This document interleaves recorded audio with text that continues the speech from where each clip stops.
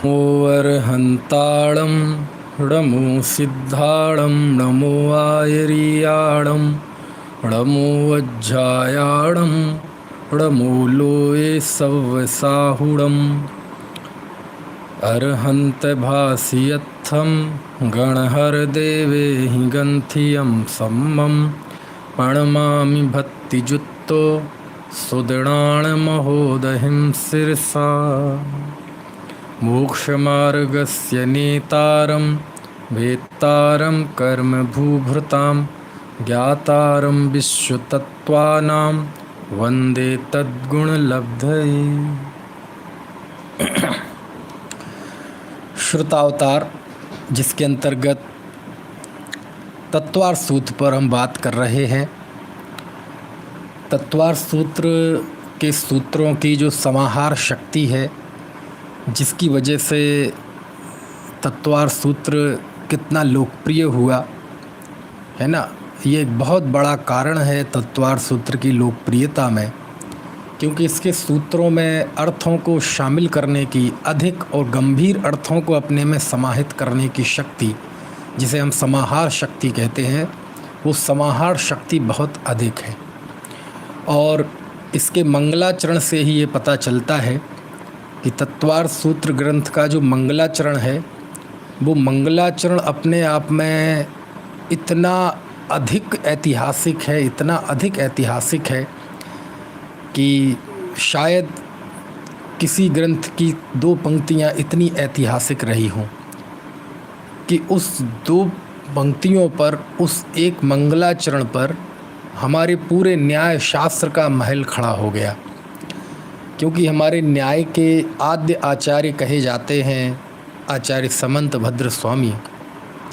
आचार्य समंत भद्र स्वामी ने जैन न्याय को प्रतिष्ठित किया।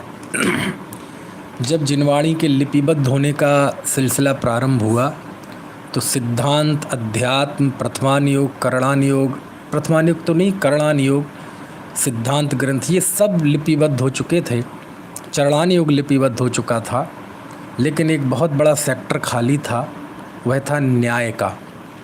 और उस न्याय के आद्य आचार्य बने आचार्य समंत भद्र स्वामी। और समंत भद्र स्वामी ने अपने न्याय शास्त्र का आधार मंगलाचरण का यही सूत्र बनाया, क्योंकि इस मंगलाचरण में आचार्य ने इसी मंगलाचरण पर 114 कारिकाओं में आप्त मीमांसा लिखी, जिसके बाद फिर अष्टशती, अष्टसहस्री, वो सब मैं आपको बता चुका हूँ। तो इस मंगलाचरण में ऐसा क्या है, पहला कल ये भी बताया था कि ये मंगलाचरण उमा स्वामी आचार्य कृत है कि नहीं है, इस पर भी थोड़ा सा मतभेद है। लेकिन विद्यानंदी आचार्य ने आप्त परीक्षा में खुल्लम खुल्ला लिखा है कि ये उमा स्वामी आचार्य कृत है। बस प्रश्न वहाँ खड़ा हो जाता है कि जब उन्होंने स्वयं श्लोक वार्तिक लिखा तो उसमें ये मंगलाचरण क्यों नहीं लिखा। लेकिन श्लोक वार्तिक में भी उल्लेख ऐसे आते हैं, बाद में मेरे पास आज उल्लेख हैं सब, उन उल्लेखों से ये स्वर निकलता है कि श्लोक वार्तिक लिखते हुए भी उनके सामने ये मंगलाचरण था और वह इसे तत्वार सूत्र का और उमा स्वामी कृत मंगलाचरण मानते थे, है ना। और उन्हीं ने ही इस बात की स्थापना की कि इसी पर समंत भद्र स्वामी ने मीमांसा की। समझ में आया? तो जितना भी मंगलाचरण का मैंने इतिहास बताया, आधार बताए, उन सब का आधार आचार्य विद्यानंद स्वामी है, 9वीं शताब्दी के। तो खैर, मंगलाचरण उमा स्वामी आचार्य द्वारा रचित ही माना जाता है आज, है ना। और ये एक तरह से अब मान लिया गया है ना। लेकिन जो बातें थी वो मैंने आपको बता दी। हम बात ये कर रहे थे कि आखिर इस मंगलाचरण में मोक्ष मार्गस्य नेतारम भेत्तारम कर्म भूभृताम ज्ञातारम विश्व तत्वानाम वंदे तद्गुण लब्धये, आखिर इसमें ऐसी क्या संभावनाएं दिखी आचार्य को कि इतना बड़ा इतिहास बन गया इस मंगलाचरण पर। तो उसके लिए मैंने आपको बताया था कि मंगलाचरण का इतिहास क्या बना, इस पे तो बात हो गई, लेकिन क्यों बना, क्या है इसके अंतर्गत, ये बात कल आखिरी के 10-1 मिनट हमने की थी कि, है ना, पहले भी की थी, परसों भी की थी कि पहली तो इसमें किसी व्यक्तिवादिता का निषेध है, किसी व्यक्ति का स्मरण नहीं किया गया। यह मंगलाचरण व्यक्तिवाद, पंथवाद, संप्रदायवाद, संतवाद, जितने जितने वाद हैं जो मनुष्यों के समाज में विध्वंस पैदा करते हैं, विभाजन पैदा करते हैं, विद्वेष पैदा करते हैं, वो पंथवाद से रहित, बिल्कुल उस दुर्गंध से दूर ये मंगलाचरण है। समझ में आया? क्योंकि व्यक्ति का नाम लेते ही कई चीज़ें सामने आ जाती हैं, क्योंकि व्यक्ति से सरोकार जुड़े रहते हैं, व्यक्ति से राग द्वेष जुड़े रहते हैं। इसलिए सबसे पहले तो आचार्य ने किसी संप्रदाय का, किसी व्यक्ति का, किसी तरह का कोई नाम नहीं लिया, है ना, केवल भगवान के मूल गुणों का स्मरण किया। दूसरी बात जो ये है कि जो भी स्मरण किया, जिन गुणों को भी स्मरण किया गया, उसमें बिल्कुल वह निर्दोष स्मरण किया गया। निर्दोष स्मरण माने तो न्याय शास्त्र की शैली में मैं आप लोग को बता रहा था कि 3 प्रकार के लक्षणाभास होते हैं, अव्याप्ति, अतिव्याप्ति और असंभव दोष। ठीक है ना?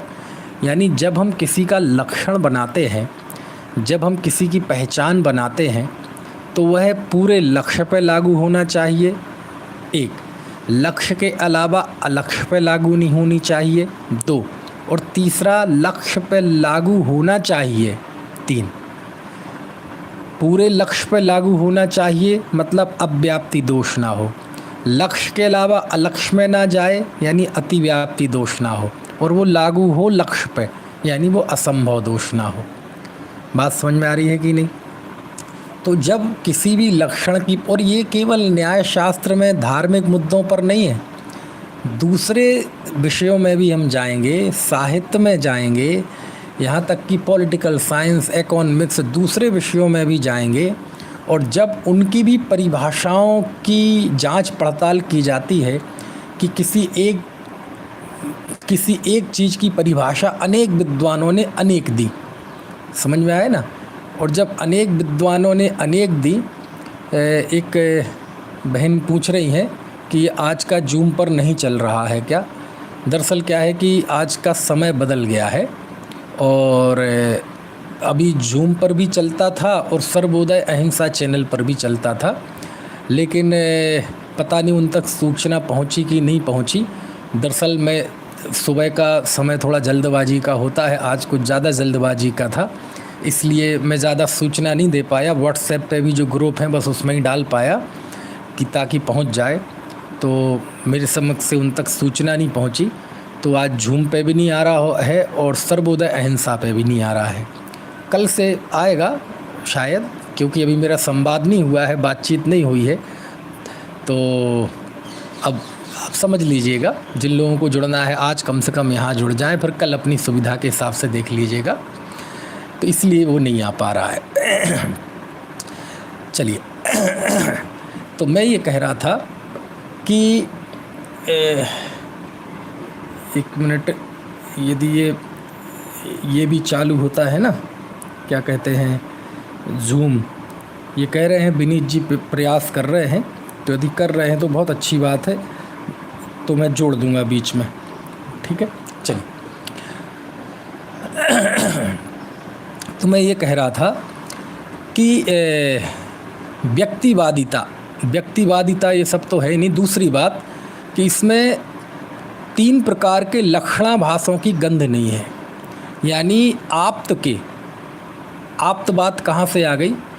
आप्त शब्द उमा स्वामी आचार्य ने कहीं नहीं लिखा। आप्त शब्द उन्होंने तो सीधा लिखा, उन गुणों की प्राप्ति के लिए मैं उनकी वंदना करता हूँ। अब ये मोक्ष मार्ग के नेता, कर्म रूपी पर्वतों के भेदता और विश्व तत्व के ज्ञाता, ये गुण किनमें हैं? जिनमें भी हों। उनका कोई नाम नहीं है। समझ में आया ना? है ना? कोई नाम नहीं है। जैसे मेरी भावना है ना, पंडित जुगल किशोर जी मुख्तार के साहब की, उन्होंने उसमें लिखा है, जिसने राग द्वेष कामादिक जीते सब जग जान लिया, सब जीवों को मोक्ष मार्ग का निष्प्रह हो उपदेश दिया। तो 2 लाइनों में उन्होंने व्यक्तित्व बताया। क्या? जिसने राग द्वेष कामादिक जीते यानी वीतरागता, सब जग जान लिया यानी सर्वज्ञता, सब जीवों को मोक्ष मार्ग का निष्प्रह हो उपदेश दिया। ये हो गया हितोपदेशीपना। ये ही 3 बातें हैं जो इस मंगलाचरण में हैं। अब उसका नाम क्या है? बुद्ध वीर जिन हर हरि ब्रह्मा या उसको स्वा। अब उसका नाम आप कुछ भी रख लो। हमारे जैन दर्शन में नाम में कुछ नहीं रखा। नाम तो निक्षेप है एक, और नाम निक्षेप तो केवल काम चलाने के लिए होता है। समझ में आया?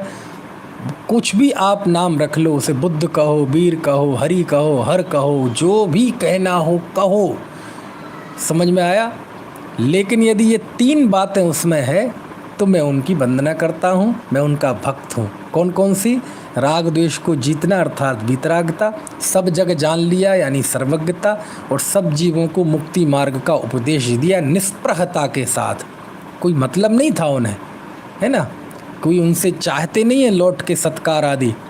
तो ऐसे 3 गुणों को वहाँ स्मरण किया गया, है ना। यही कारण था कि जुगल किशोर जी मुख्तार की वो 12 भावना, है ना, उसमें संप्रदाय की गंध नहीं होने के कारण उसके कुछ पद मध्य प्रदेश की कक्षा 9 है शायद, और कक्षा आगे पीछे भी हो सकती, पाठ्यक्रम में सिलेबस में है ये जुगल किशोर जी मुख्तार की 12 भावना, पूरी नहीं थोड़ी, है ना।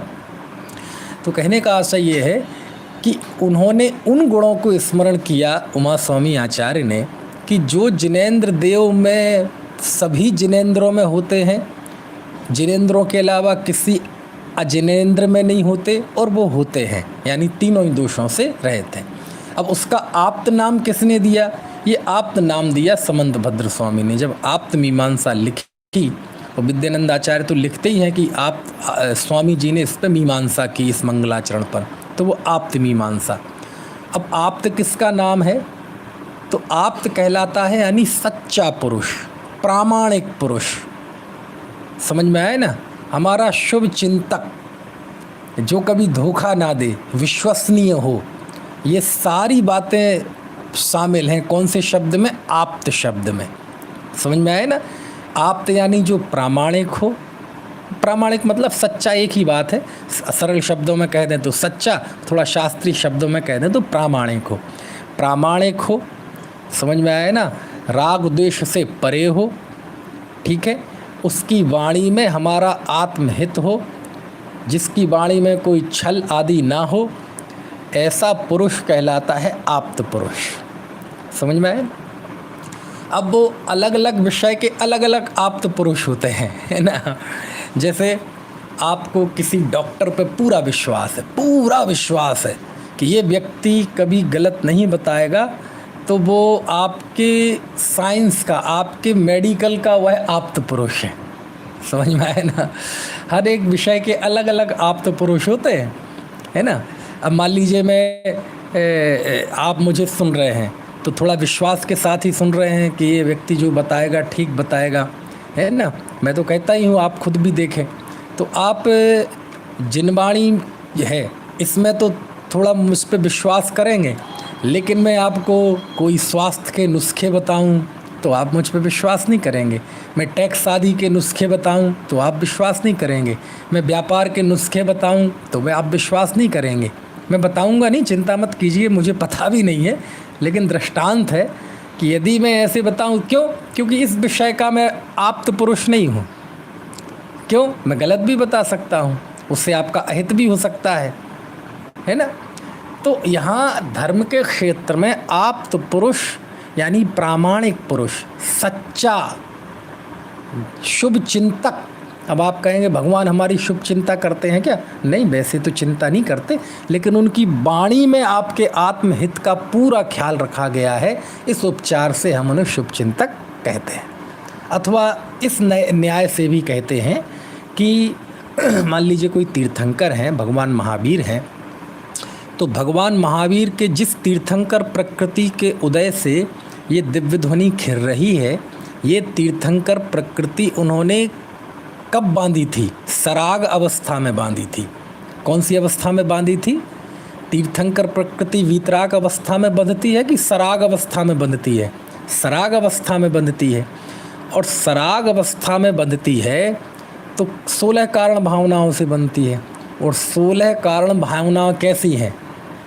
मान लीजिए पहली भावना है दर्शन विशुद्धि, वो सारी भावनाएं, तो उसमें जो वात्सल्य का भाव है, प्रवचन के प्रति वात्सल्य, जीवों के प्रति वात्सल्य, सब जीवों का कल्याण हो, ऐसी भावना, तो वो करुणामय वात्सल्यमय जो भावनाएं होती हैं, वो भावनाओं से तीर्थंकर प्रकृति बंधी, और उसके उदय का ये फल है कि वो दिव्य ध्वनि हमें सुनाई दे रही है। तो ये जो हम दिव्य ध्वनि सुनाई दे रही है, इसकी परंपरा का विचार करें। काय का विचार करें? परंपरा का विचार करें कि जिस तीर्थंकर प्रकृति के उदय से हमें भगवान का दिव्य उपदेश सुनने मिल रहा है, वह तीर्थंकर प्रकृति कैसे बंधी? करुणामय भाव से बंधी, विशुद्ध भाव से बंधी, वात्सल्य भाव से बंधी। समझ में आया ना? तो उस उपचार से हम कहते हैं, उस उपचार से भगवान को करुणा का सागर भी कहते हैं। क्या कहते हैं? करुणा का सागर, दया का सागर, वात्सल्य का सागर। समझ में आया ना? दीन दयाल समझ गए? तो ये उपचार, हमें किसी चीज़ का निषेध नहीं करना चाहिए, है ना। उस प्रयोग के पीछे जो मंशा है प्रयोगकर्ता की, उसके पीछे जो हमारी परंपरा है, उसके पीछे जो सही अभिप्राय है, उसको समझाना चाहिए। अपन को निषेध, कोई कहे भगवान को करुणा सागर क्यों कहते हैं, झूठ है, भगवान की थोड़ी करुणा होती है। नहीं नहीं, सही बात है, नहीं होती, फिर भी कहा तो है ही, ज्ञानियों ने कहा है, आचार्यों ने कहा है, भक्तों ने कहा है। अब उसका कैसे निषेध कर दोगे आप? तो हमें अपेक्षा समझनी पड़ेगी कि भगवान वर्तमान में करुणा भाव से रहित हैं, निर्दयी हैं, दया रहित हैं, राग रहित हैं, वीतराग अवस्था में हैं। तो फिर क्यों कहते हैं करुणा सागर? बोले एक न्याय है, एक अपेक्षा है। क्या अपेक्षा है? वो हमारे शुभ चिंतक हैं। कैसे शुभ चिंतक हैं? वर्तमान में वो हमारी शुभ चिंता नहीं कर रहे हैं, लेकिन जिस तीर्थंकर प्रकृति के उदय से ये उपदेश मिला और ये सारा धर्म स्थापित हुआ, धर्म परंपरा चल रही है, ऋषभदेव ने स्थापित की, फिर शांतिनाथ, सब ने स्थापित की ना, महावीर की स्थापना के बाद अब तक चल रहा है। ये तीर्थंकर प्रकृति करुणामय भाव से बनती है, दयामय भाव से, विशुद्ध भाव से बनती है। शुभ चिंता, शुभ चिंता मतलब सभी जीवों का कल्याण हो, कोई दुखी ना रहे, इस तरह के भावों से बनती है। तो इस पे उपचार आता है। तीर्थंकर तो शुभ चिंतक हैं, सभी जीवों पर कल्याण करने वाले हैं, सभी जीवों को, है ना, दया करने वाले हैं, करुणा के सागर हैं। तो ये सब अपेक्षाएं हैं, समझ लेना चाहिए। तो भगवान हमारे शुभ चिंतक भी हैं। किस न्याय से? इस न्याय से वो आप्त हैं, हमारे हितैषी हैं, हमारे शुभ चिंतक हैं, सत्यवादी हैं, प्रामाणिक हैं। उनकी वाणी में कोई छल नहीं है, कोई झूठ नहीं है, कोई क्या कहना चाहिए, अनर्गल प्रलाप नहीं है। ऐसा व्यक्ति कहलाता है आप्त। और इस मंगलाचरण में जिसको वंदना की है, उसे न्याय की भाषा में आप्त कहते हैं। समझ में आए ना? है, सिद्धांत की भाषा में उन्हें अरिहंत कहेंगे, नहीं, सिद्धांत की भाषा में उन्हें संयोगी कहेंगे। 13वें गुणस्थान वर्ती जीव कौन होता है? संयोगी केवली, संयोग केवली कहेंगे। बाकी उन्हें अरहंत कहेंगे। लोक की भाषा में, सामान्य भाषा में भगवान कहेंगे। समझ में आया ना? है ना? और थोड़ा परमात्मा कहेंगे। लेकिन न्याय की भाषा में वो कहलाते हैं आप्त। क्या कहलाते हैं वो? आप्त। समझ में आई नहीं? चलिए, तो वो आप्त के जिन 3 गुणों का स्मरण उमा स्वामी आचार्य ने किया, उसमें चूंकि ये निर्दोष लक्षण है, ये निर्दोष पहचान है, क्योंकि आप्त पुरुष जिनेंद्र देव के अलावा ये किसी में नहीं पाए जाते। इसलिए भी इस मंगलाचरण, और यहीं से वो चीज़ निकाल ली आप्त मीमांसाकार ने, और जब निकाल ली तो वहाँ से फिर इतिहास बन गया। आप्त मीमांसाकार समंत भद्र स्वामी ने क्या देखा इस मंगलाचरण में, कि इस मंगलाचरण में उन गुणों का स्मरण है कि जिन गुणों के मतलब जो गुण केवल और केवल जिनेंद्र देव में होते हैं और किसी में होते ही नहीं हैं। तो इसलिए उन्होंने इन गुणों को स्मरण कर लिया। अब उनके मन में आया, है ना, कि आचार्य देव ने इन्हीं गुणों का स्मरण क्यों किया। ये सब समंत भद्र स्वामी का माइंड्स, जो मतलब उनके अंदर जो विचार चल रहा है, आप उसको समझेंगे तो आपको मंगलाचरण का इतिहास समझ में आएगा क्योंकि इस मंगलाचरण को यदि किसी ने ऐतिहासिक मंगलाचरण बना दिया तो वो समंतभद्र स्वामी ने बना दिया, जैसा कि विद्यानंद आचार्य लिख रहे हैं। समझ में आ रही? तो अब हमें थोड़ा सा इस मंगलाचरण की थीम और आचार्य समंतभद्र देव का माइंड समझना पड़ेगा कि कैसे मंगलाचरण ऐतिहासिक बना। तो उन्होंने देखा कि इस मंगलाचरण में कहीं भगवान का परमोदारिक शरीर, उनकी दुंदुभियाँ और छत्र चमर, ये सारी चीज़ें तो हैं ही नहीं कहीं। समझ में आया ना? वो तीर्थंकर हैं और उन्होंने तीर्थ की स्थापना की, ये बात तो कहीं आई नहीं इस मंगलाचरण में। इसमें कहीं भगवान के चरण और वो जो भक्तांबर वगैरह में सब है ना कि आपके चरण बहुत प्रकाशमान हैं, आपके चरण मुक्तों, देवताओं की मुक्तों की मणियों को प्रकाशमान करने वाले हैं। हालांकि ये बाधिका है, लेकिन समझने के लिए इस तरह की चीज़ें तो आई नहीं। भगवान का रक्त सफ़ेद होता है, ये सब तो आया ही नहीं इसमें। उनकी पलक नहीं झपकती है, ये सब तो आया ही नहीं इसमें। वो समोषण में कमलासन के ऊपर अधर में विराजमान है, ये सब तो आई ही नहीं बात इसमें। समझ में आया ना? समोषण में इतने योजन, इतना लंबा योजन, इतने 12 कोठे बने हुए हैं और चतुर्मुखधारी हैं। बोले ये सब समंतभद्र स्वामी विचार कर रहे हैं। समझ में आया ना कि ये सब तो आया ही नहीं इसमें। तो ये सब होते हैं क्या? नहीं होते तो हैं, लेकिन उमा स्वामी आचार्य तो इनका जिक्र ही नहीं कर रहे, कहीं जिक्र नहीं कर रहे। जबकि पूर्वाचार्यों के मंगलाचरणों में है भी। आप देखो समंतभद्र स्वामी का आप माइंड पढ़ना। समंतभद्र स्वामी जब देखेंगे, अरे कुंद कुंद देव तो लिख रहे हैं, एस सुरासुर मणु सिंध बंद धोध घाई कम्म बलम पढ़मामी बड्ढ माणम तिथम धम्मस्य कत्तारम। सुर असुर इंद्रों के द्वारा बंदित भगवान महावीर। कह रहे उमा स्वामी आचार्य तो सुर असुर को याद ही नहीं कर रहे। समझ में आया ना? यानी सुर असुर यदि बंधन नहीं करेंगे, यदि उनका आगमन नहीं होगा भगवान के समक्ष, तो भगवान तो अपूज्य हो जाएंगे, उनकी फिर क्या महानता रहेगी। ये सब समंतभद्र देव के मस्तिष्क में चल रहा है। अब आप कहेंगे आपको कैसे पता? नहीं, आप पढ़ेंगे तो आपको भी पता चल जाएगा। पढ़िए आप मीमांसा, आपको भी पता चल जाएगा कि समंतभद्र देव क्या सोच रहे हैं। किसी के वचनों से, किसी के लिखे हुए वचनों कथनों से ही तो उनका माइंड पकड़ा जाता है ना कि ये क्या सोच रहे थे। समझ में आया ना? और ये जितनी भी पुराने लेखकों की, कवियों की, नाटककारों की मन स्थिति का जो मूल्यांकन चलता है, उसकी जो शोध चलती है, वो उनके वचनों के आधार पर ही तो चलती है। जो व्यक्ति जो वचन बोल रहा है, उस वचन से उसकी मन स्थिति का पता चल जाता है। तो ये मन स्थिति आप मीमांसा पढ़ेंगे, है ना? इसी मंगलाचरण पे व्याख्या है समंतभद्र स्वामी की, तो आप पढ़ेंगे तो आप समंतभद्र देव के मानस को पढ़ लेंगे। जैसे समय सार जब लिखा कुंद कुंद देव ने, तो उनके मन को पढ़ो आप, कितने वो मतलब सोचते हैं, विचार करते हैं। लेकिन कहाँ पता चलेगा? उनकी गाथाएं पढ़ के पता चलेगा। और उस पर मेरे 6 व्याख्यान हैं, आप कभी मौका लगे तो सुनिएगा। मेरे YouTube चैनल पे ही है मौजूद, उसमें इस नाम से है समय सार की दृष्टि और चुनौतियाँ। तो उसमें हमने कुंद कुंद देव के मन को पढ़ने की कोशिश की है कि जब वो समय सार लिखते हैं तो उनके दिमाग में चल क्या रहा है आखिरकार। समझ में आया ना? बार बार क्यों व्यवहार निश्चय, व्यवहार निश्चय, एक गाथा में निश्चय, एक गाथा में व्यवहार, ऐसा क्यों करते हैं? समय सार में कितनी बार दृष्टांत क्यों देते हैं?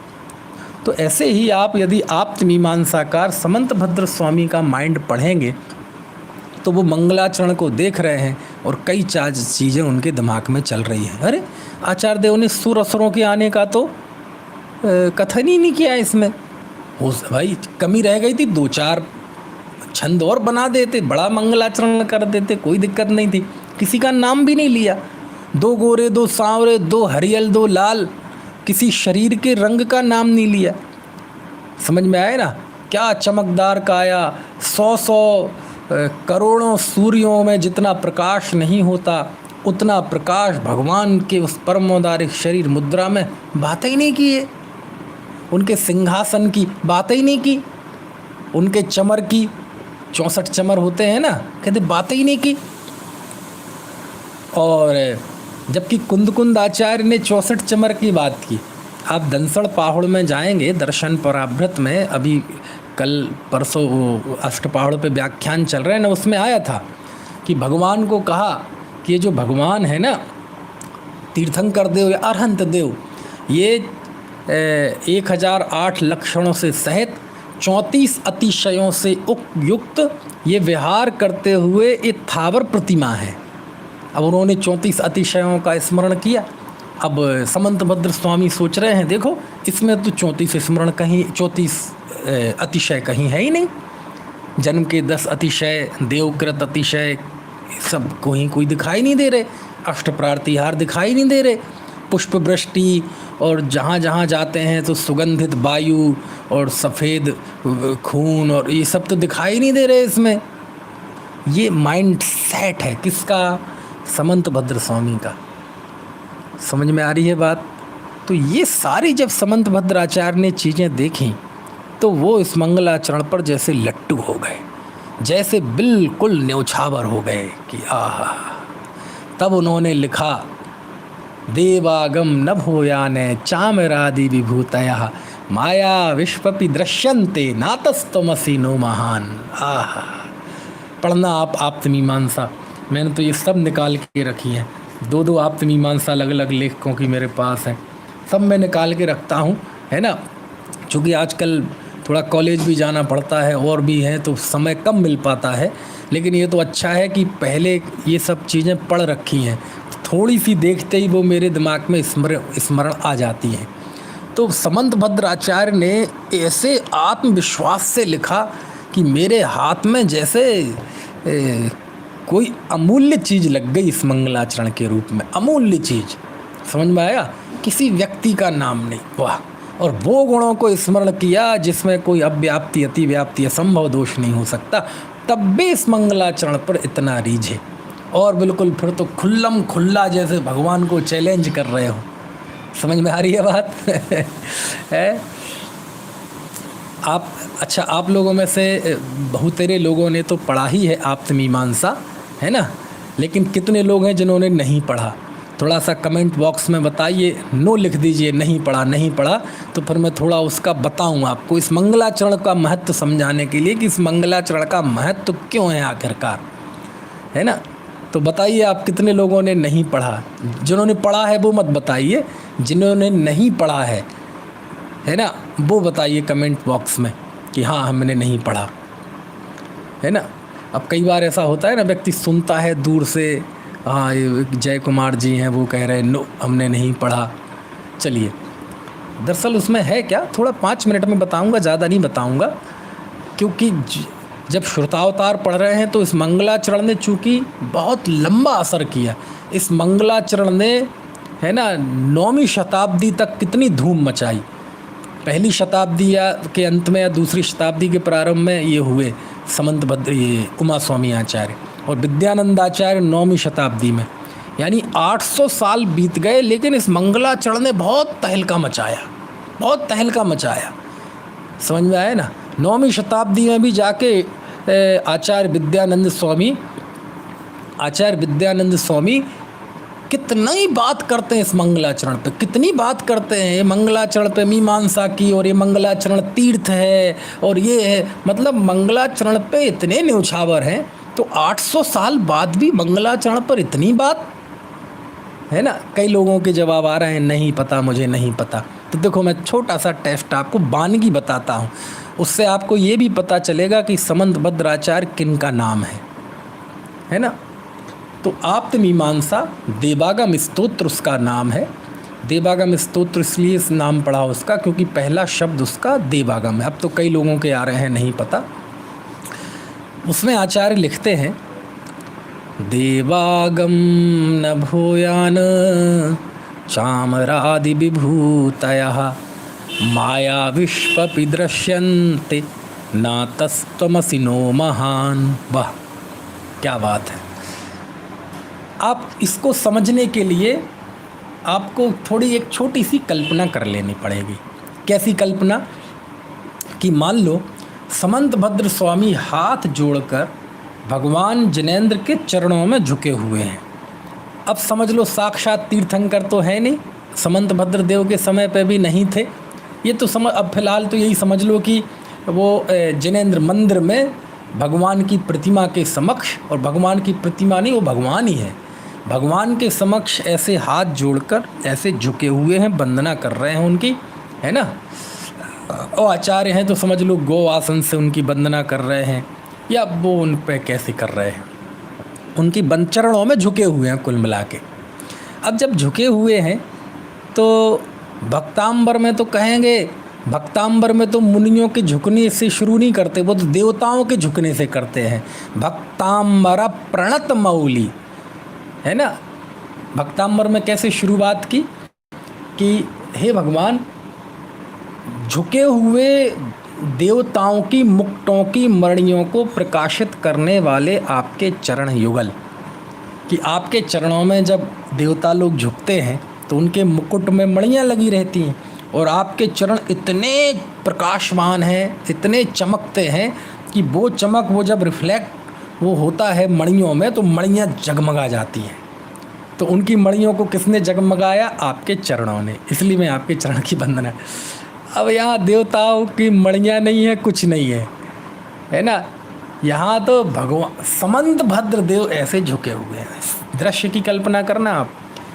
और भगवान कहते हैं, हे समंतभद्र, हे समंतभद्र, तुम मेरे चरणों में क्यों झुकते हो?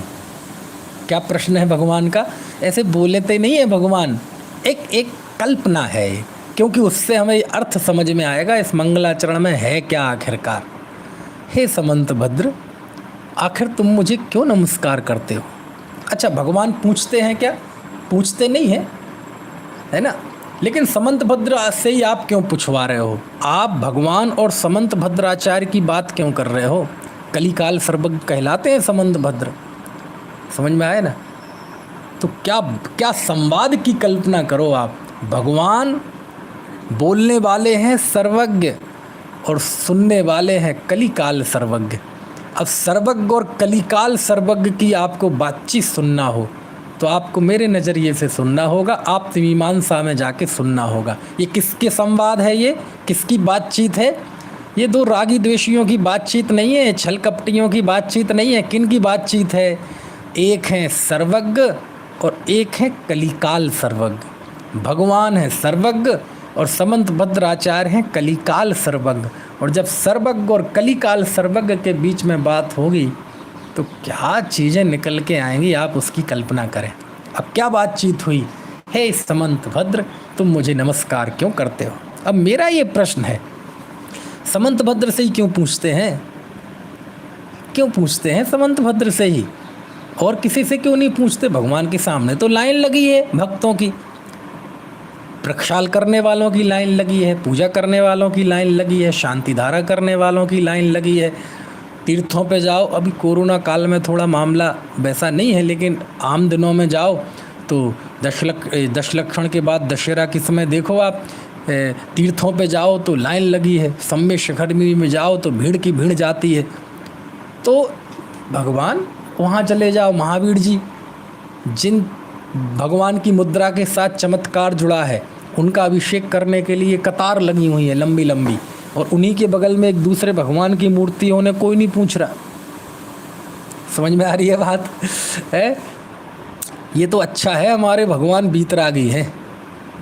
यदि थोड़े से भी रागी होते ना तो हंटरों से मारते इन सबको, कि क्या बदनामी कर दी तुमने हमारी धर्म की, हमारे जिनेंद्र देव का कलंक लगा दिया तुमने, हमें ना जाने कितना कितना करता बता दिया कि मैं भूत भगा देता हूँ, मैं तुम्हारी शांति कर देता हूँ, मैं ये कर देता हूँ, मैं वो कर देता हूँ, तो मैं बच्चा दे देता हूँ, है। अरे तुमने हमारा जितना अवरणवाद कर लिया ना।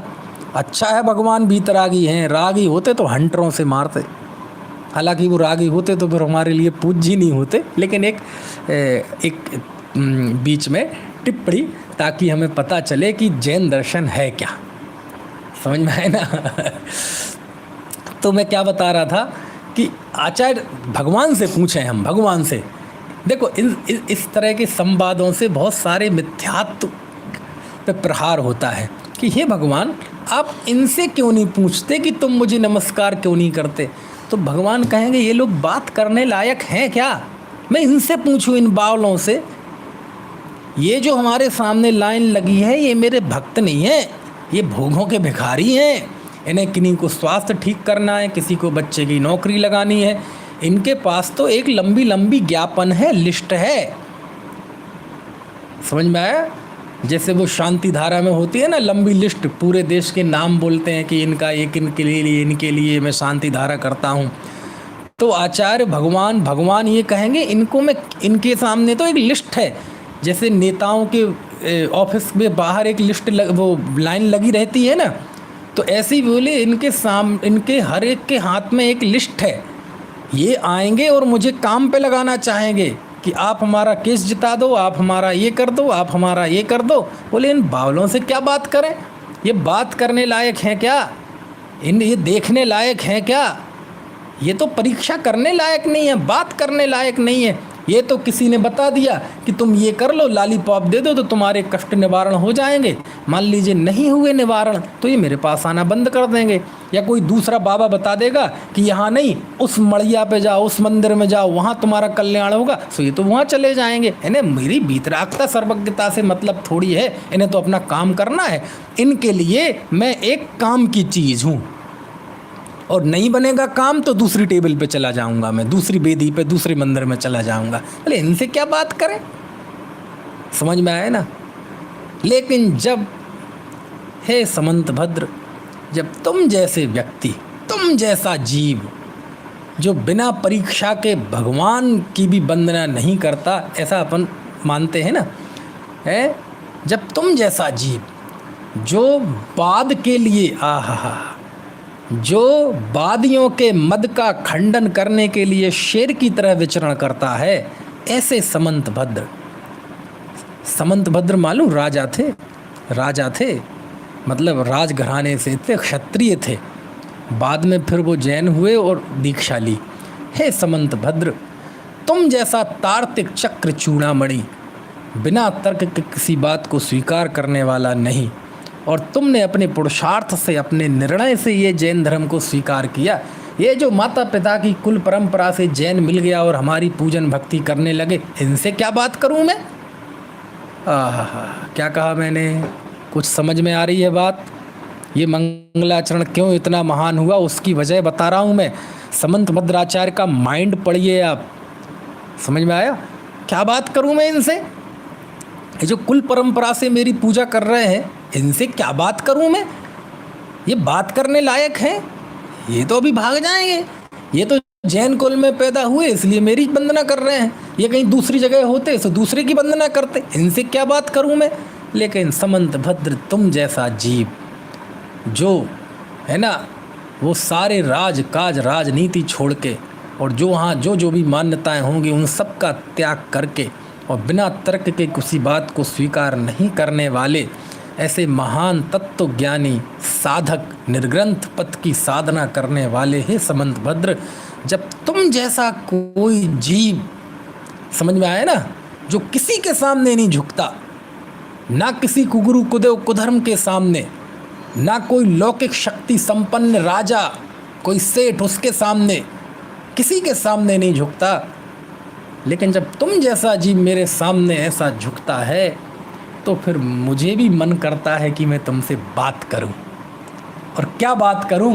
कि मैं यही पूछता हूं कि हे समंतभद्र, तुम मेरे चरणों में क्यों झुके हो? क्यों मेरी वंदना करते हो? हमने तो तुम्हें देखा नहीं कि कहीं तुम दुनिया में किसी के सामने झुके हो। मेरे सामने झुक रहे हो, जरूर कोई बात है। इन लौकिक लोगों की तरह तो तुम नहीं हो, तुम अलग ही जीव हो। समझ में आया ना? तो ऐसा यदि कोई वंदना करने वाला हो तो भगवान भी भूल जाते हैं, है ना? एक रूपक कल्पना, क्यों वंदना करते हो मेरी? तब आचार्य ने देवागम स्तोत्र लिखा और उन्होंने लिखा, हे भगवान, मैं आपकी वंदना इसलिए नहीं करता हूँ कि आपके यहाँ देवों का आगमन होता है। देवागमन नभोयान, आपके यहाँ देवों का आगमन होता है। नभोयान, आप आकाश में विराजमान हैं। चामरादि विभूतयः, आहा, आप चमर आदि विभूतियों से सहित हैं।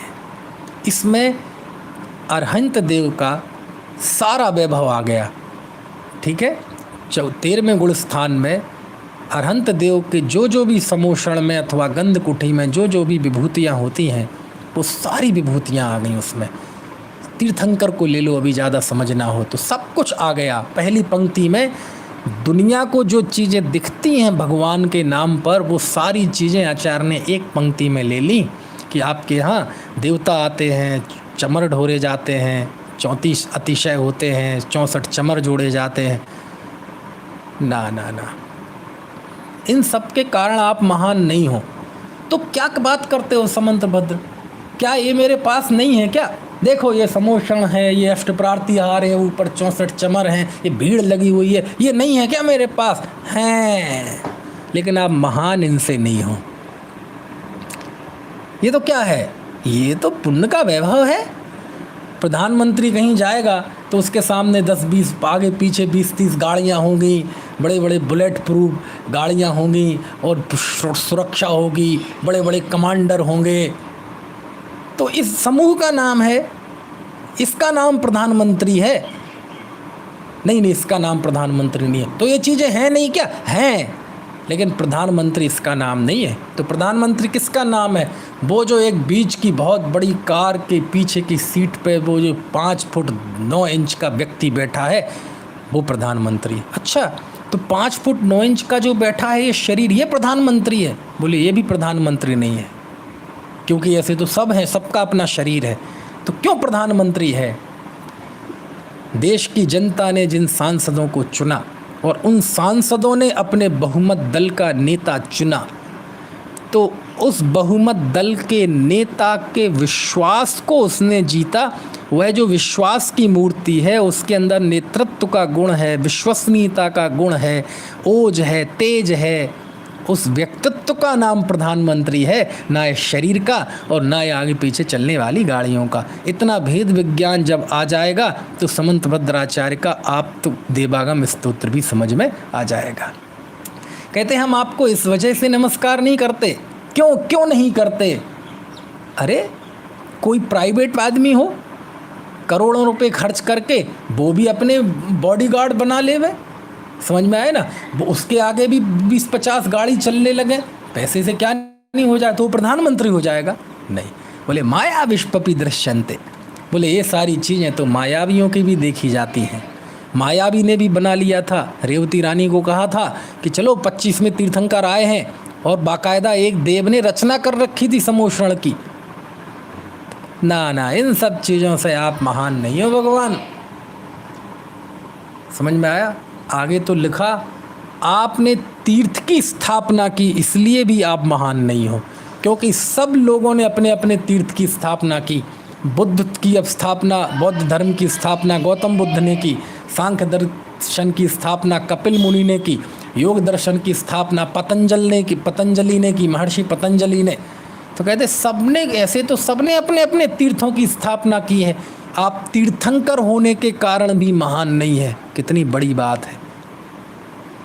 वो भी पुण्य का वैभव है, क्योंकि तीर्थंकरपना ऐसा लिखते हैं। अब कोई कहे कि समंतभद्र देव भगवान की भक्ति कर रहे हैं कि भगवान को धमका रहे हैं? अरे धमका नहीं रहे हैं। ये बात समंतभद्र कैसे कह रहे हैं? ऐसे अकड़ में खड़े होके नहीं कह रहे हैं, ऐसे चैलेंज करते हुए नहीं कह रहे हैं, भगवान के चरणों में झुककर ये कह रहे हैं। पहले तो वो झुके हुए हैं। ऐसे कोई छाती तान के करेगा तो कहलाएगा कि धमका। अरे शरणागत होकर ये कह रहे हैं कि मैं आपकी वंदना करता हूँ, लेकिन क्यों नहीं करता हूँ ये भी बता दूँ। अब फिर क्यों करते हैं? चलो ठीक है, इन सब के कारण नहीं करते, तो हे समंतभद्र तुम क्यों करते हो मेरी वंदना? तब आचार्य ने कहा कि हे भगवान, आपने दोषों का नाश कर दिया, यानी आप वितरागी हुए। आपने आवरण का नाश कर दिया, यानी सर्वज्ञ हुए। और आपके वचन तर्क से, युक्ति से, किसी भी बल से आपके वचनों में कोई दोष नहीं निकाल सकता, उसका खंडन नहीं कर सकता। इस तरह आपकी वाणी निर्बाध है, सब जीवों के लिए कल्याणकारी है। इसलिए आप महान हो। सा त्वमेवासि निर्दोषो युक्ति शास्त्र विरोधी वाक्। समझ में आया? पढ़ना आप मीमांसा। हे भगवान, वो आप ही हो जो बीतरागी हैं, सर्वज्ञ है, और जिनकी वाणी में कोई दोष ना हो सके, ऐसे वो पुरुष आप ही हो। सा त्वमेवासि, वो आप ही हैं और कोई नहीं हो सकता। इसलिए समंतभद्र आपके चरणों में गिरता है, आपके चरणों में मस्तक झुकाता है, झुका के ये कह रहे हैं कि मैं इस वजह से आप। और ये जो चिंतन विकसित हुआ, ये समंतभद्र आचार्य के इस स्तोत्र में ये जो गजब है, उसका आधार ये मंगलाचरण है, जिसमें मंगलाचरण में आचार्य ने उन्हीं गुणों का स्मरण किया जो केवल भगवान में होते हैं और भगवान के अलावा किसी में नहीं होते और सभी भगवानों में होते हैं। उसे उन्होंने समंतभद्राचार्य ने क्या नाम दिया? आप्त। यानी आप तो वही हो सकता है, आपका शुभ चिंतक वही हो सकता है, आपके हितकारी वचन बोलने वाला हितकारी वही हो सकता है जिसके अंदर राग द्वेष ना हो, जिसके अंदर अज्ञान ना हो और जिसकी वाणी में कोई दोष ना हो, जिसकी वाणी को कोई वादी कुवादी खंडित ना कर सके, वही आप्त हो सकता है। क्या बढ़िया! अरे इतनी बड़ी बात कह दी समंतभद्राचार्य ने। ये तो क्या करें, कुछ ऐसी परिस्थिति बनी कि ज्यों जो युग आगे बदला, संप्रदाय पनपते गए, संप्रदायवाद पनपता गया और ये अमूल्य तत्व ज्ञान थोड़े लोगों की धरोहर बन गया। नहीं तो समंतभद्र देव के वचनों में तो बहुत ताकत है कि विश्व विजय हो जाए, है ना। चलो, तो इस तरह से ये मंगलाचरण समंतभद्राचार्य को इतना भाया, उसमें से ये चीज़ उन्होंने देखी कि इसमें व्यक्तिवादिता नहीं, पंथवाद नहीं, भगवान के उन्हीं गुणों का स्मरण है जिसमें कोई अव्याप्ति, अतिव्याप्ति, असंभव चीज़ जैसी चीज़ें नहीं, निर्दोषता। भगवान भी निर्दोष, उनके लक्षण भी निर्दोष। तब वो इस मंगलाचरण पर इतना रीझे कि फिर उस मंगलाचरण का एक बहुत समृद्ध इतिहास बन गया। और वह एक बीज, देखो एक हाथ में बीज है चने का, आप कहेंगे ये बीज ये क्या है, तो आप कहेंगे ये बीज है, लेकिन उस बीज में कितनी संभावना है। इस बीज में इतनी ताकत है कि ये बीज सारे विश्व को चनों से भर सकता है कि नहीं? इतनी संभावना है इसमें। महापुरुष वो होता है जो संभावनाएं देख ले। समंतभद्राचार्य ने इस मंगलाचरण में ये संभावनाएं देखी, तब जाके इतिहास रचा गया। ठीक है, अभी का समय हो गया है, बाकी की बात कल कर।